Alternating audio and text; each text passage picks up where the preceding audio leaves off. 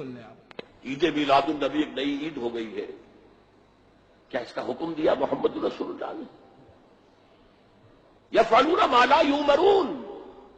وہ اپنی ہی ایجاد کردہ روایات ہیں، اپنی ہی ایجاد کردہ بدعات ہیں، اپنی ہی ایجاد کردہ رسومات ہیں، ان پر لگے ہوئے ہیں اور دعوے کرتے ہیں اللہ سے محبت، رسول کے عشق کے، جبکہ ان کے عمل میں نہ اللہ کی اطاعت ہے نہ رسول کا اتباع ہے. اب جب ایسی صورت پیدا ہو جائے تو کیا کریں؟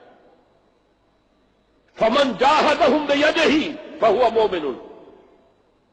تو جو مسلمان بھی ان کے خلاف جہاد کرے گا اپنے ہاتھ سے، اپنی طاقت سے، وہ مومن ہوگا. ومن جاہدہ بلسانہ فہو مومن. اور جو ان کے خلاف جہاد کرے گا اپنی زبان سے، وہ بھی مومن ہوگا. وہی 3 درجے. ومن جاہدہم بقلبہ فہو مومن.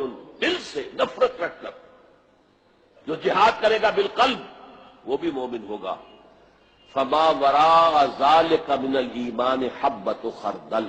اس کے بعد تو ایمان رائی کے دانے کے برابر بھی نہیں ہے. عید میلاد النبی ایک نئی عید ہو گئی ہے. رسول اللہ نے حکم دیا ہے اس کا. معلوم ہوتا ہے یہ کوئی کام بغیر حکم رسول کے کرتے ہی نہیں. سارے کام ان کے حکم رسول کے مطابق ہے.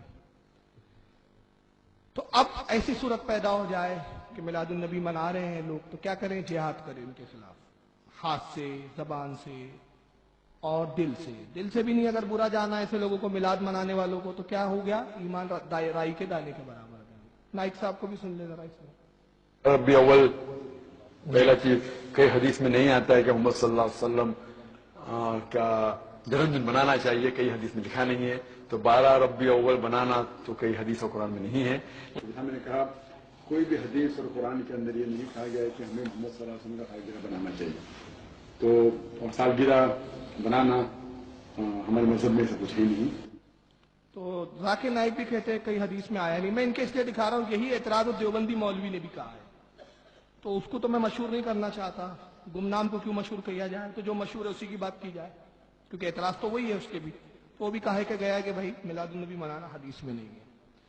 آئیے، اس کی قسمت بڑی خراب تھی ذاکر نائک کی. جس انٹرویو میں بیٹھ کے بول رہا تھا کہ میلاد النبی منانا نہیں چاہیے، اسی انٹرویو میں کچھ دیر کے بعد ایک کال آتی ہے ایک ٹنٹناٹن سنی اسلامی بہن کی، اور ایسا ٹنٹناٹن ٹھوکا کہ اس کے ہوش ہی اڑ گئے.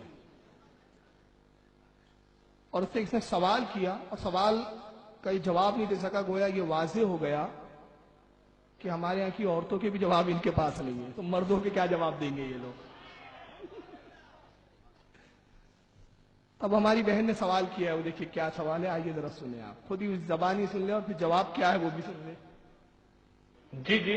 دوسرا سوال یہ ہے کہ کہا جاتا ہے حدیث میں کہ مسلمانوں کو غیر مسلموں کی تقلید نہیں کرنی چاہیے. جی.